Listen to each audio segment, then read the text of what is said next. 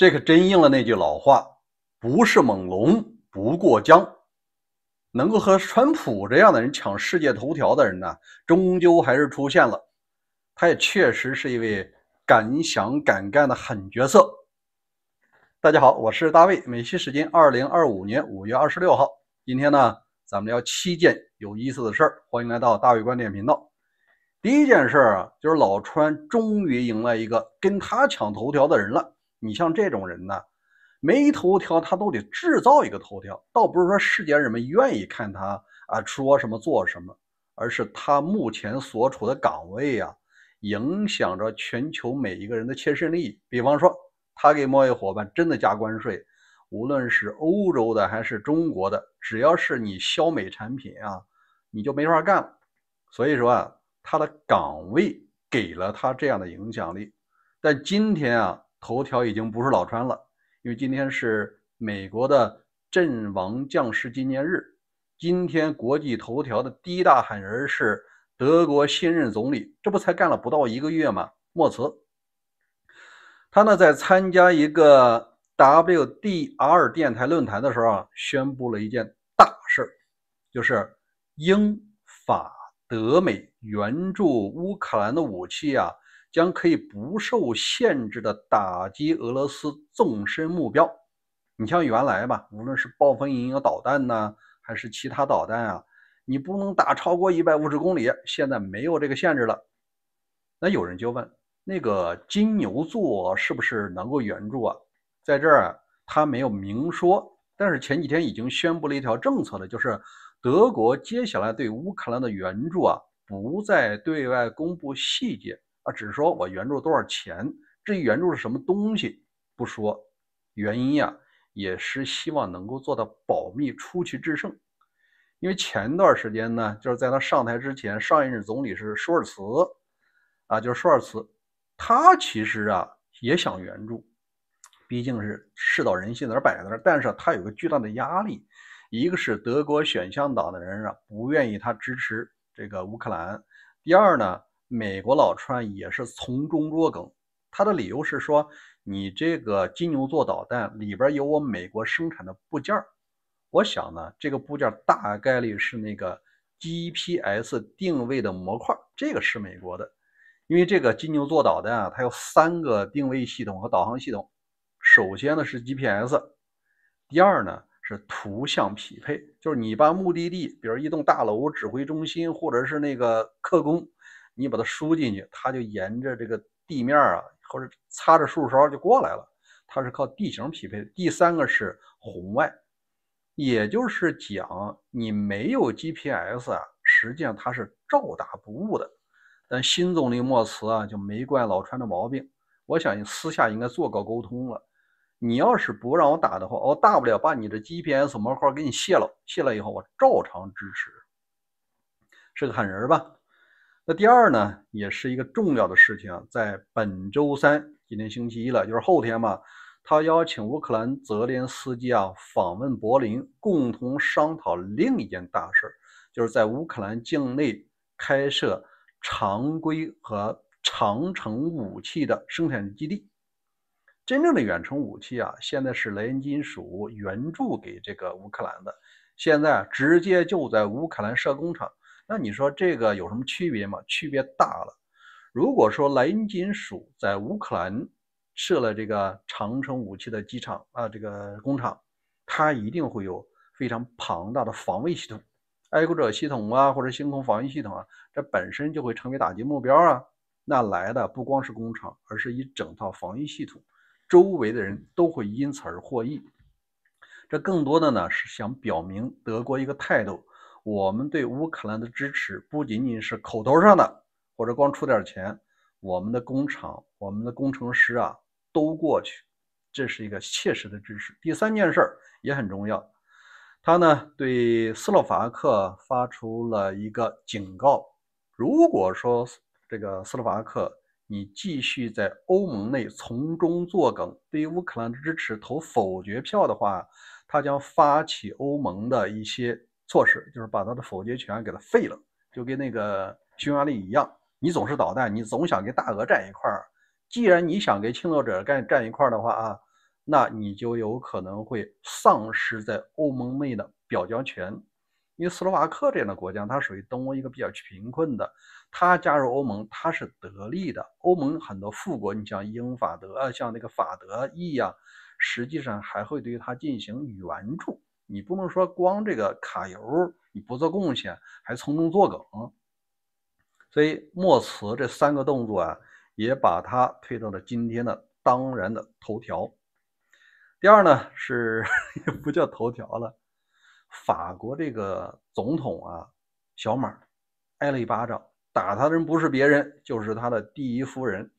这个视频啊，我相信全球人都看到了，这是在5月25号，马克龙携夫人访问越南，在下飞机的时候，新闻媒体正在这架好摄像机拍摄呢，马克龙先出现，旁边一个红色的手啪过来一下，这个镜头持续了可能有那么1秒啊，人们清晰的知道，这绝对不是误伤，这就是那个打了一巴掌。当然了，马克龙反应非常迅速啊，赶紧就挥手，然后共同下了飞机。本来他想这样啊，夸一下他老婆，他老婆没理他。这个呢，这个就有点八卦了，因为这个马克龙今年的年龄呢，我看了一下，他是48岁，他的太太呢是72岁，俩人啊原来是师生关系，这是文学老师和学生这么一个恋情。因为这个第一夫人在嫁给他学生之前呢，他已经有过一段婚史，而且生过3个孩子了。后来在一块儿，这绝对属于真爱。这里面有个什么问题呢？这个他太太啊是一个富二代，因为他爸爸世家一直是做巧克力生意的，所以说有些凤凰男啊，你肯定要小心点，要慎娶富二代。你娶完了以后，这小姐脾气啊，他可能要伴随他一生。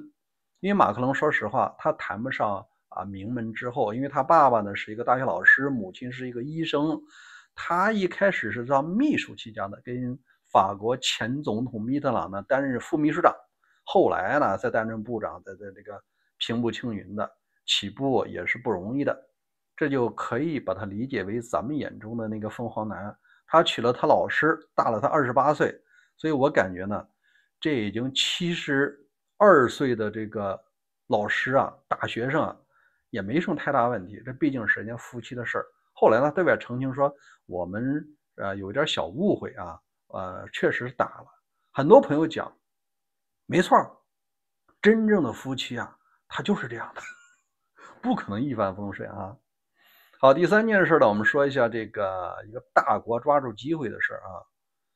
这个大国呢，可以称之为前50的大国之一吧，波兰，人口大国，面积大国。他抓住一什么机会呢？是乌克兰灾后重建，现在他已经提前的布局了。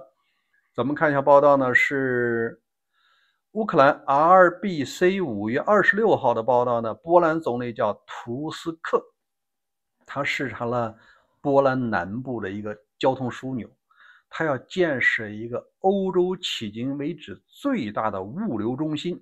详细数据呢，他现在每年吞吐量的集装箱是28.2万，现在要把它大规模的进行扩建，扩建了多少呢？是年吞吐量是50万集装箱。你说他这么大活干嘛呢？人家说的很明确啊，直言不讳。他说在这个伊拉克战争期间呢，打完了以后，本来我们有机会，因为波兰呢也属于制造业大国，也属于这个建筑大国啊，但是这个蛋糕被一些像美国呀、中国、英国给切分了，他呢没捞着，所以他觉得有点可惜。这次呀，乌克兰和俄罗斯的战争结束之后，根据世纪银行的统计，战后的市场，就是战后恢复重建盖房子这个市场呢，能达到5000到1万亿美金。这么大一块蛋糕，人人都想切。他作为乌克兰的邻国啊，那肯定是当仁不让，他也确实有这个优势。现在啊，他要建这样一个大的枢纽中心，因为咱们从地图上显示呢，西欧的德国、法国、意大利，如果你想援助乌克兰，你必须经过波兰。当然还有一个罗马尼亚啊，在昨天节目已经讲过了，波兰的面积比罗马尼亚多，这可能成为重要的进入乌克兰的港口。那还有北美呢，还有加拿大呢，还有澳大利亚呢。所以说，波兰如果抓住这个机会，你开这个港口枢纽，你收这个保管费就收不少钱呢，收过路费，对吧？实际上是一回事儿。另外呢，我想说一下，波兰这国家大家不要小看，它作为前苏联的这个华沙条约国，一直跟苏联干，但是日子过得不咋地。这苏联解体之后呢，它就倒向了西方，加入了欧盟和北约，和美国关系也不错，而且美国呢在波兰有军事基地。正是因为他抱对了这个大腿吧，或者说找的朋友圈子已经不一样了，完全换了个朋友圈子。它经济发展到什么情况呢？我给你举一个数例啊，咱们举一组数据。根据世界银行的统计，它明年2026年人均 GDP 有可能会超越日本，没想到吧？咱们再给你平铺一条数据啊，美国的人均 GDP 是82000美金，排名世界第9啊。那个日本呢是52000美金，全球排名第33。波兰现在的排名是39，人均46000。那中国呢？那中国是人均23000，排名72。这是全球200个经济体的排名，所以说中国还得要努力。你看，波兰42000到这个52000啊，就差10000了，而且差的名次就差6名。根据现在波兰经济的蓬勃发展速度啊，明年大概率是能够操作的。所以说，选对自己的朋友圈子是特别重要。第二呢，作为大国的领导人呢，你要给自己的国民啊寻找机会，寻找饭辙去。这个就涉及了一个顶层设计的问题啊，今天咱不多聊。总而言之，波兰接下来啊将会切分5000到10000亿美金的战后重建蛋糕的相当大一部分额。因为大家知道，在这个欧盟啊已经达成了共识，战后重建的钱很大一部分呢是从俄罗斯冻结的资产中划拨的。比如说2024年6月份吧，就已经在这个冻结俄罗斯的3000亿美金的这个财务里边划拨了15亿给了这个乌克兰了，后来又划了500亿给了乌克兰，这是从利息啊，本金没动，光利息给乌克兰。这个也说得过去，谁让你发动这个战争呢？你不能说把邻国打了，你啥都不负责任是吧？你这钱还存在欧盟呢。好，我们再说第4件事啊，在2月28号的时候，泽连斯基访问白宫，不是对万斯副总统给说啊，你们为什么没有说谢谢？今天啊是美国独有的阵亡将士纪念日，这小泽呀发了个长文，是永恒的谢谢。我节选几段啊，也能表达他的心情。他说，值此阵亡将士纪念日之际，乌克兰向美国及其人民表达特别的谢意。说了第一次吧。第二，我们向所有在国内、欧洲及世界各地捍卫自由的英勇美国男人、女人们致谢。说了第2次吧。第三，纵观古今，对和平、生命和自由的真正承诺必将战胜侵略和破坏。当我们缅怀历史的时候，我们再次承诺捍卫共同的正义世界。我们感谢所有在我们的奋斗过程中给予支持的美国人，我们将永远铭记他们的支持，并永远心怀感激。今天啊，特地说了4次谢谢，我看以后谁还敢说他没说谢谢。好，第5件事啊，也是美国国内的事儿，好像一天不提老川了不合适啊，因为他也创造了一个小头条，那就是大家，我给你举个例子啊，中国的有些节日啊，你不能说快乐，比如说清明节，没有听说清明节快乐的吧？那是上坟的日子。再就是端午节，端午节是纪念屈原的啊，像我们苏州是纪念伍子胥的。这个时候应该说端午安康，这是纪念先人的日子。美国也一样，是纪念阵亡将士的时候。老川就大言不惭的时候，在自己的社交媒体说，阵亡节日纪念日快乐。哪快乐？这就可见老川的人文素养啊，可见一斑。我估计这历史啊没有咋学好。他发了一条不算，又发了一条说，我即将在阿伦顿公墓呢发表演说啊，大家享受这一刻吧。你发表演讲，你应该是沉痛悼念才对，你怎么让人们这个享受这一刻？所以说老川我不想多讲什么话了，大家心里有数就行了。第6个呢是咱讲一下国内的事儿，就是长城汽车的老板董事长魏建军，他提到啊，说中国汽车业啊也好像隐约会出现一个恒大，这句话呢把同行的人吓个不轻，因为他几乎是扯掉了一些人的遮羞布。怎么讲啊？咱先给你回顾一下恒大是个什么情况。恒大它是上下游和客户的钱都欠了一屁股债，是高达2万亿美金。就是全球最赚钱的公司苹果要为他还债，那得还7年才能还完啊！一分不干别的都还，他都得还完。你可见这窟窿到底有多大？那他欠了谁的钱呢？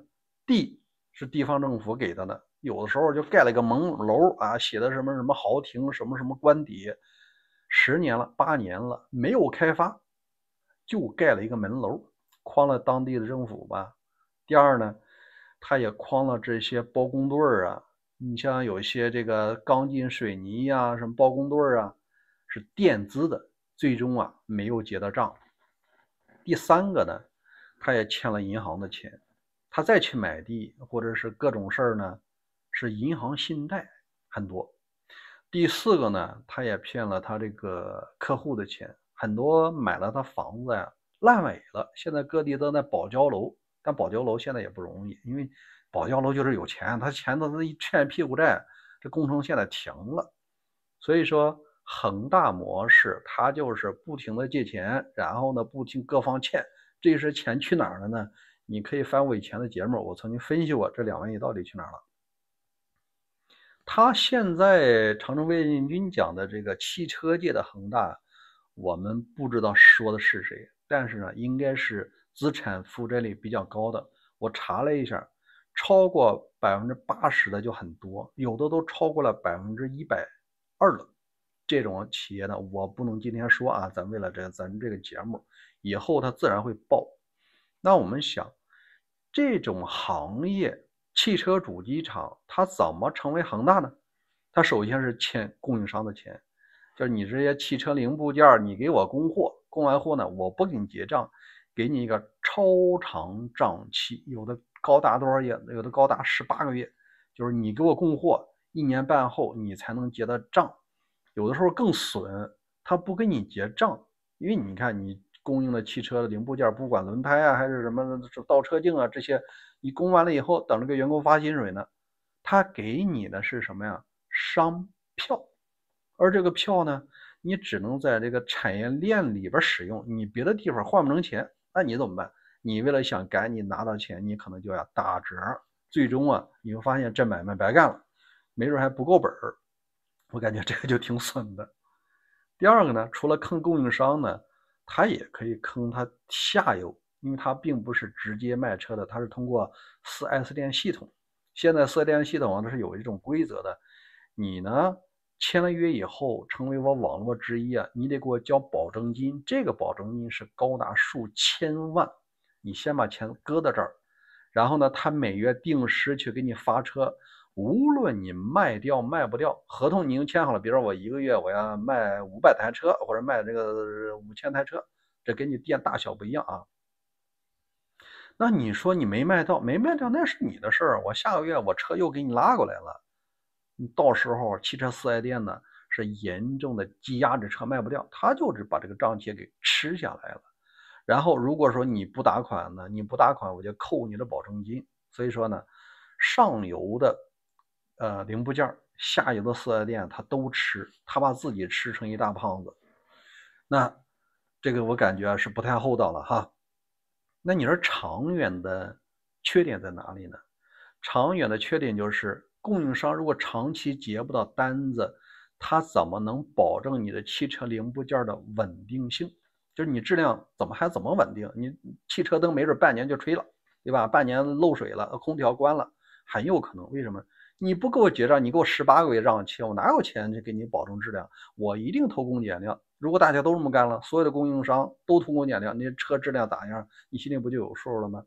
第二呢，长期啊对这件车的品牌和它的残值有极大的影响。你比如说现在恒大的房子好卖吗？一听说恒大这房子，物业以后找谁都不知道呢，物业公司没准都黄了呢，没准就打一个很大的折。车也一样，如果说这个公司质量不稳定，或者是有一天爆雷了，那车啊，你可能要打5折，3年可能打5折都没人要啊，因为大家都觉得未来你有可能是弄不了这事儿。好，那我们再看第7件事啊，说点有意思的事，就是中国的生育高峰啊，以前最高能达到1300万，一年新生儿1300万，后来呢，由于众所周知的原因啊，它就不停的往下缩减，就是每年出生率最后跌到1000万。我看了一下去年的数据呢，应该是800多万。至于以后怎么样啊，不知道。首先我说一下我的观点，家庭他生不生孩子应该是他们自由的选择。有的人呢，你不让他生，他非要生；有的人吧，你愣让他生啊，你给他多少钱他都不生。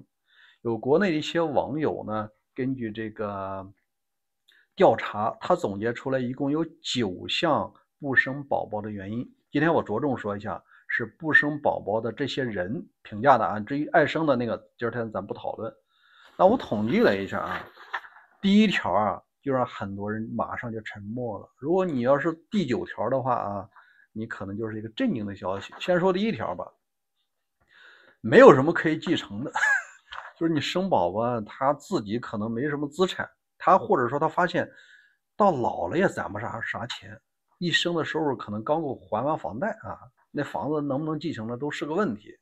第二，没有钱给他一个好的生活环境，这个生活环境就包括衣食住行啊这些生活，养个孩子呀，在国内不容易。第三，自己的性格不健全，无法培养一个优秀的人，就是他认为他挺憋屈，当一辈子牛马是吧？也没实现什么理想啊，他感觉自己的情绪这个不太好，不健康。第四，生下来就上学，上完学打工没意思，就觉得这一生没啥意思，没啥乐趣吧。第五，不想给孩子重复自己童年的痛苦，写作业写到11点半的痛苦啊，童年啊。第六，结婚生子也不是人生必然的选择啊，有的人不婚嘛，他也能过。第七，自己都活不明白，不想再拖累下一代。他说他没活明白，其实活明白了，有时候也挺痛苦的。第八，社会压力太大，养育成本高啊，这个大家都心里有数。你要年入个100万都觉得压力大，你别说年入10万的了。第九，为什么要给剥削我的人提供奴隶？好吧，今天的节目就聊到这儿。